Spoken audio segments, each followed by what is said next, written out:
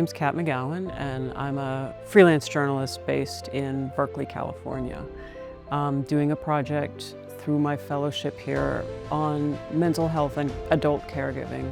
The reason I got into this line was I was for many, many years, decades, a health and science reporter. And then caregiving happened to me. First, my sister-in-law was diagnosed with a fairly rare neurodegenerative disease that's related to Parkinson's. And then a few years after that, I became more and more involved in my parents' lives. And I already had realized in this process of helping them, it's not that the caregiving system is bad. There is no caregiving system. There are resources, but you have to be incredibly creative and tenacious to find them. I looked around and I was like, well, we're not talking about it. It's an important social issue. I'm a journalist. Guess what? I just nominated myself to be a caregiving reporter. One of the things that really I think is amazing is that even though there are 63 million people doing this, many, if not most people, feel incredibly isolated and alone. It's not an accident that we don't hear about it as much. I think people often feel they want to protect the person they're caring for.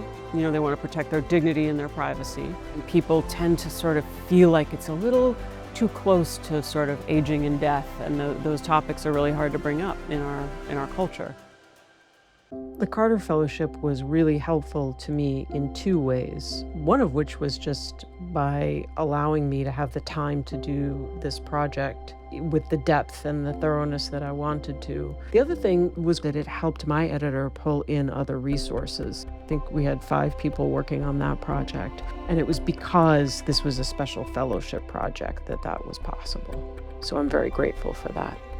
What I hear over and over again from caregivers is, it was the hardest thing I've ever done in my life, and I would do it again.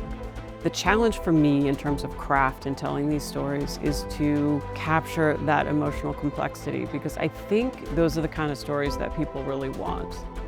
All of that kind of very human bittersweetness and complexity, the combinations of frustration, love, duty, honor, and anger that come into caregiving.